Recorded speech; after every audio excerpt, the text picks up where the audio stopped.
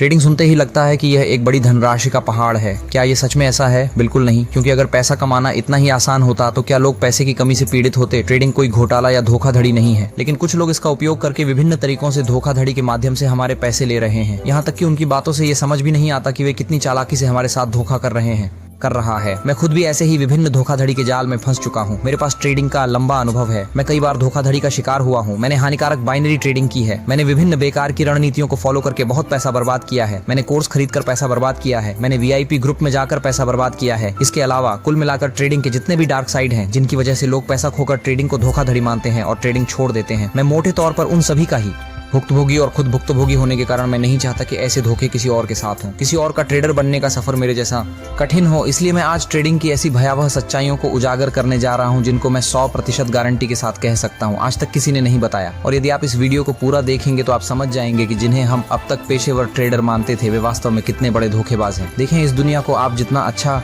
सोचे कि दुनिया उतनी भी अच्छी नहीं है। कोई भी अपने स्वार्थ के लिए आपके साथ धोखा कर सकता है, इसलिए आपको पहले से ही सतर्क रहना होगा। तो चलिए आज के वीडियो को ट्रेडिंग की पहली अनजानी सच्चाई या डार्क साइड से शुरू करते हैं, जिसे सुनकर आपको विश्वास भी नहीं होगा। टेक्निकल एनालिसिस के नाम पर जो आप जानते हैं या जो आपको बताया गया है वह असली टेक्निकल एनालिसिस नहीं है। नहीं,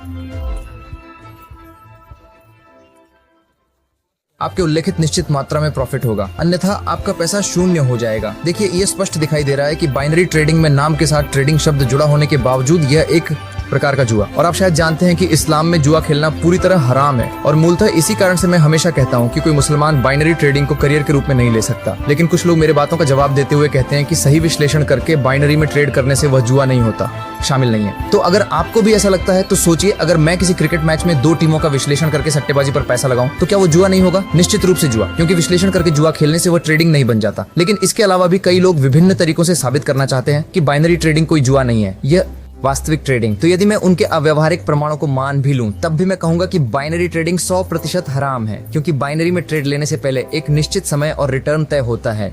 उल्लेख था कि जो इस्लाम में पूरी तरह हराम है। अतः अगर हलाल तरीके से ट्रेडिंग को करियर के रूप में लेना चाहते हैं तो बाइनरी ट्रेडिंग को खुद से दूर रखें और दूसरों को करने से मना करें। तो वीडियो के इस चरण में आप समझ ही गए होंगे कि कुछ समय पहले मैं गलत जगह पर मेहनत और समय बर्बाद कहकर क्या समझाना चाहता था। जाहिर है बाइनरी ट्रेडिंग, क्योंकि ये हराम है, जुआ है और इसका ट्रेडिंग से कोई संबंध नहीं है। लेकिन यहीं पर एक आम सवाल आता है, बाइनरी ट्रेडिंग हराम, समझ गया, तो किस प्रकार का ट्रेडिंग इस्लाम में हलाल और सबसे अच्छा है? इस मामले में मैं सरलता से जवाब दूंगा, फॉरेक्स ट्रेडिंग जो मेरा पसंदीदा है, क्रिप्टो ट्रेडिंग